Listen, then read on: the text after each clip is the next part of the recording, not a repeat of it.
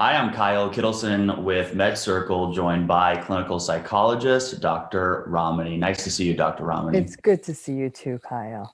We're talking about perhaps everyone's quote favorite topic, for lack of a better term, narcissism, Mhm. specifically understanding the conversational narcissist, a term I have not heard. What is a conversational narcissist? You know what they are, Kyle. You just didn't know. You already knew. These are the folks that monopolize the conversation, but in a unique way, they always make it about them. So let's say you and I don't know, we're talking about Florida. Okay. And you're telling me about a vacation you took there and a place you saw and a fishing trip you went on. And I say, well, I've been to Florida. And then I start yammering on about blah, blah, blah, what I know about Miami. And I might even use that as an opportunity to say, oh, Kyle, nobody stays at that hotel. They only stay, you know what I'm saying? So it's a sort of a conversational hijack, but it's not something that happens once. It happens all the time. So much so that over time, the conversational narcissist is someone who's sort of seen as the person who's always holding court. It's really not a conversation, it's more a performance, and everyone's sort of going to listen to this person. And in a way, there's sort of this sort of superiority they bring to it. They often know better than other people. Oh, you don't know this, or I happen to know somebody who's in charge of this or in charge of that. They always seem to know someone, or they seem to have some level of authority in it. And so over time, I think a lot of people almost feel, kind of cowed over by such a person, in the sense that they feel like, well, they're talking and I've got nothing to say. Because a lot of us sort of feel a certain insecurity in what we think we know. And the conversational narcissist not only hijacks the conversation, they can often leave other people, like I said, who often, I wouldn't even want to call them insecure. I think a lot of us just sort of know what we know and know what we don't know. We'll hold back, and they'll just keep talking and talking, and people will assume that they're right. So it's actually it's not a conversation. It's sort of a one-sided performance when you're having a chat with a conversational narcissist. Oh, yes. I've met this person many times. And in fact, when I was living in Los Angeles, I used to say the only thing I'm looking for when I meet somebody new is if they ask me one question about Mm-hmm. myself. It was such a rarity that if I met somebody who asked me one question and not the question, so are you in the industry? Because then they're just trying to figure out if they can use me somehow. But a question about myself, I was just, oh my gosh, you're a diamond in the rough. Why is it important to differentiate this from the more traditional definitions of narcissism?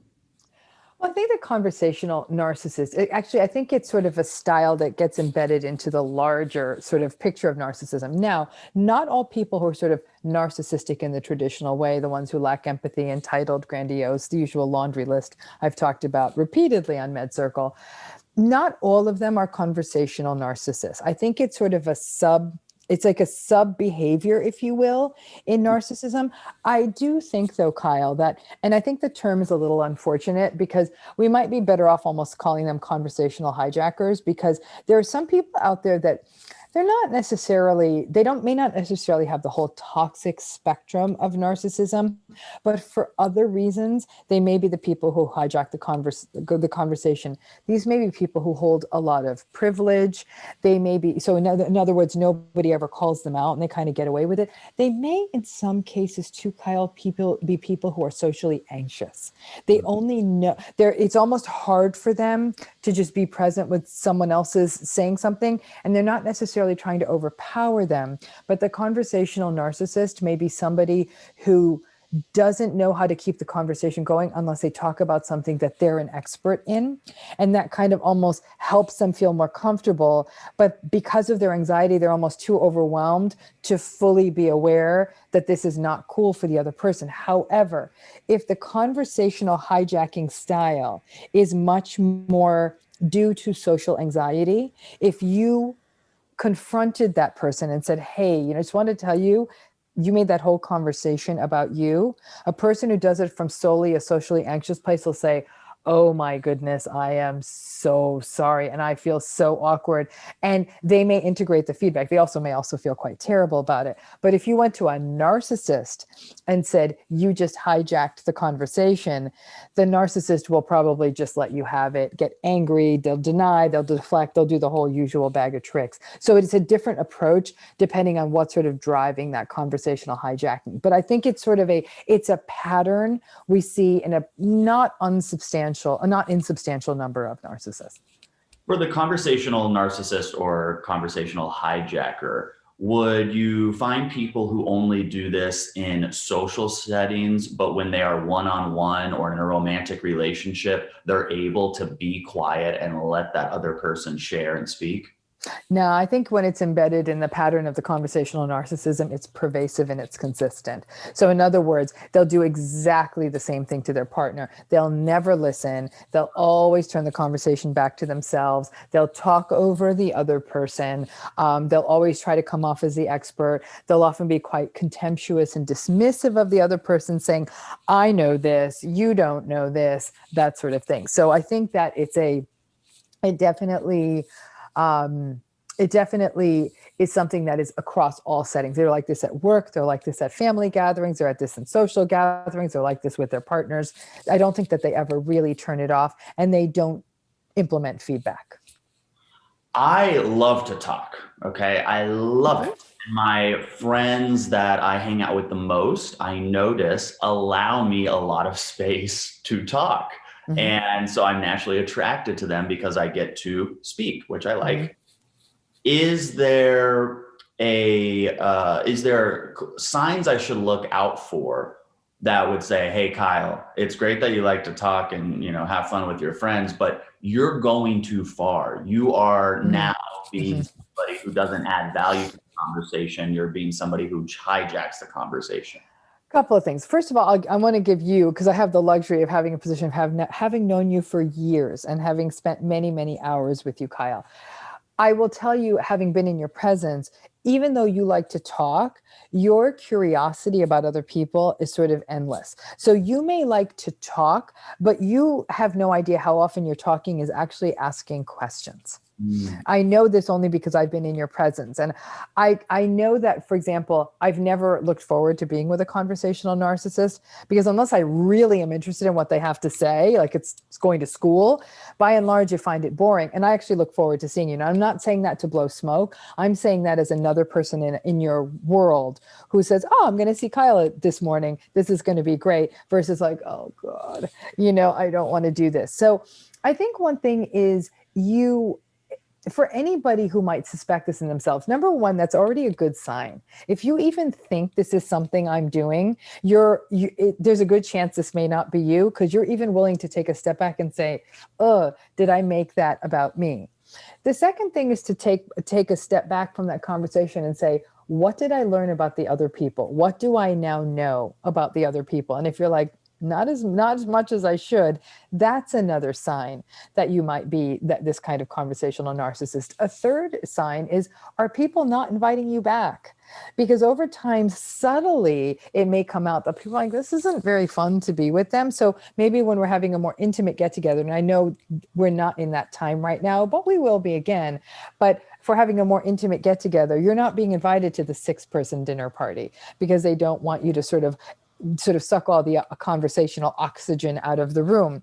That might also be another sign of it. So, but I think that anyone who's willing to be self-reflective enough to wonder, is this me? There's a decent chance it's not you. And even if it is, I think then it comes down to I know I must sound like a one-trick pony when I say this, which is mindfulness. Are you able in a conversation to sort of sit with what the other person is saying? I almost tell people, always go in equipped to any conversation with questions like, aren't you genuinely curious about something? And that's another thing to ask yourself. Am I genuinely curious about other people? If somebody's saying the answer to that is no, that's actually quite concerning, because there's nothing more interesting than another person. They've always got a story. You just have to ask them the right questions to get to it. But I think a conversational narcissist is genuinely not interested in the experience of other people. When we were in social groups and social settings, and you found yourself listening to a conversational narcissist, How do you respond to that? It depends on what they're saying, Kyle. It's actually, I do a couple of things. If it's really boring and I don't have to be interactive in the whole space, I often just go off. I do some sort of mindful exercises I have. Like there's one mindful exercise I love. Like when someone's just talking at me, they're saying nothing important. They're wasting everyone's time. I do what I call the descriptive exercise. And it's a great way to use a frustrating experience and turn it into a mindful experience. And I just sort of look around the room and I write about the room in my head. I'll say, the tired morning light was straining to come in through the windows that were framed by, and I really get lost. And it's so good because honestly, I'm so lost in a flight of fancy that sometimes they'll say, Ramani, and I'm like, oh, yes. So it's great because it's like a little mini mental workout I'm doing. And then I'm not actually getting worked up by the fact that this person is narcissistically sucking the oxygen out of the room. Sometimes I doodle, sometimes I make grocery lists, sometimes I answer emails. It really depends on the situation. But I think that it is if they are saying something important, I might take notes on what they're saying. Like they may just be that person who doesn't create space for someone else. But when it's social, Kyle, it is, in my best moments, I try to learn, like, are they saying something worth learning about? Even though I didn't quite sign up for a mini TED talk while I'm out to dinner, I'll sort of see what I'm getting out of this and I'll pay attention. But if not, like I said, I'll get lost in something descriptive. I might excuse myself and go to the bathroom and take a really long walk back while I look at the surroundings I'm in. I think it's giving ourselves permission to exit when it's really, really getting annoying, because you know what's a very powerful intervention with a conversational narcissist? To leave. Just leave, and that's why I always say, I got to run to the restroom, or if there's a group and you can leave and leave someone else stuck holding the bag, get up and leave, because, they operate on the basis of an audience. So if more and more of that audience goes away, I don't think that they notice, but if someday they looked up and nobody was there, I think they'd take notice of that. Now, I have, for my own entertainment, double down on the conversational narcissist. So I feign incredible interest in what they're saying. I ask really good questions about their topic. I mean, I'm all in as though I'm really enjoying it, just because I get a kick out of their belief that they think they're really adding a lot of value, because I'm irritated, and that's how I handle it. What do you think about that? Yeah.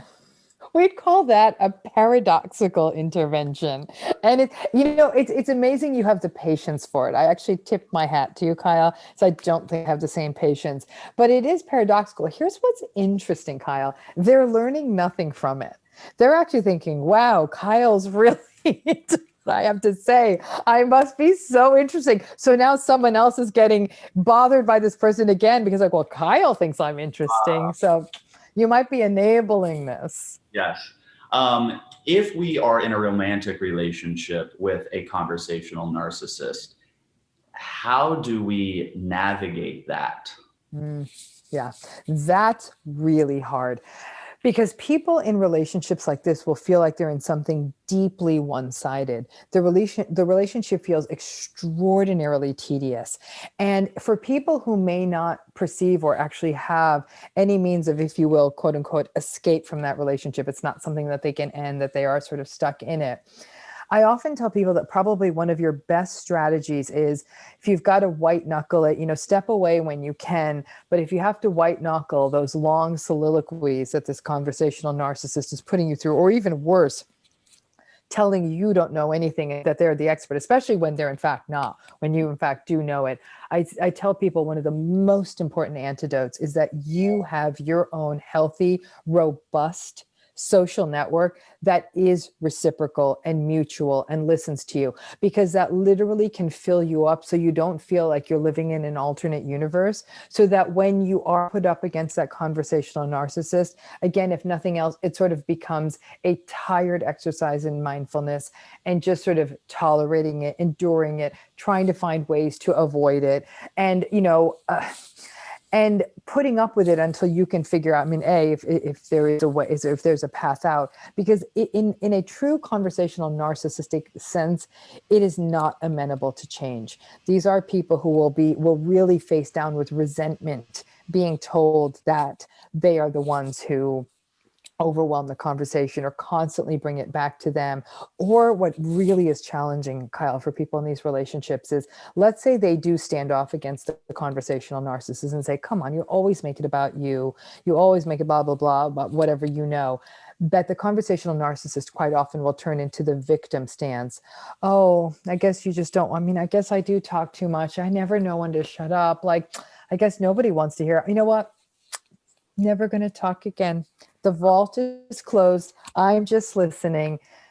And you're like, oh my goodness, so it's, you're kind of, and sometimes that sort of dramatic reaction can be really exhausting too. And then that victimized sense of later on, you might actually genuinely ask them their opinion on something and they'll say, I wouldn't want to talk too much. And then you'll find yourself in this passive aggressive vortex. And then you're going to ask yourself, which one of these is the lesser of two evils? Is it possible that the only narcissistic trait somebody could hold is conversational narcissism, where in the rest of their life, at work, anything outside of communication, they're very empathic and giving and present? It would be a little dicey, Kyle, because conversational narcissism is almost predicated on a certain lack of empathy and lack of self-reflective capacity, right? And empathy, a big chunk of empathy is self-reflective capacity. So in that moment, you're literally doing no self-monitoring and you're just going on. And that's why I said, I gave you that little section that's cordoned off solely to social anxiety, that there are some people out there that kind of will overtake a conversation because they are so anxious. I think that subgroup of people are not at all narcissistic. They're socially anxious. And as a result, you will see empathy and you won't see entitlement. You'll actually see that they're actually quite kind, quite helpful. In some cases too, Kyle, and this is an interesting other sort of subset of these, I call them more conversational hijackers, are people who are deeply lonely. And this is something we may start seeing in the post-pandemic world, to be frank with you. I don't think we know how to socialize anymore. I think that a lot of us have been like, Zoom isn't the same. We're going to see someone, it's going to be a blah, blah, blah, blah, blah, and, and I think that it's going to be, I'm noticing this even on social Zoom calls, is we're talking over and interrupting each other. And that matters in Zoom, right? Because Zoom's only set up for one person at a time, or FaceTime or whatever, to talk one at a time. But when we get back into real life, I think we might see some of this conversational hijacking happening a little more because people are lonely. And I think sometimes lonely people who never, ever, ever feel heard may have a tendency to talk, but it's not from an unkind, disrespectful place. It's actually from a lonely place. Mm-hmm. I would say that you'd almost want to pay attention to other behaviors they're showing. Is there an empathic kindness, a presence, and all of that in other areas that only when you're talking do they seem to overwhelm it? This is a pattern I've seen in a few people who are truly lonely, alone, or, and this is an interesting twist, Kyle, talk about sort of the whole thing turning in on itself. People who are in relationships with conversational narcissists, so they're never heard. That person, when they go in with other people, never being heard in their primary relationship, will be a little bit talk with people who are actually listening. And it's so sad because they're actually really lovely people, but they're not being heard in a very primary space. So this is what I'm saying. This is a lot more nuanced than we think. But again, that person may turn around and say, oh my gosh, I am taking up this whole conversation because I'm so excited to see you. Tell me a little about you. And there's a correction, then we wouldn't use this term.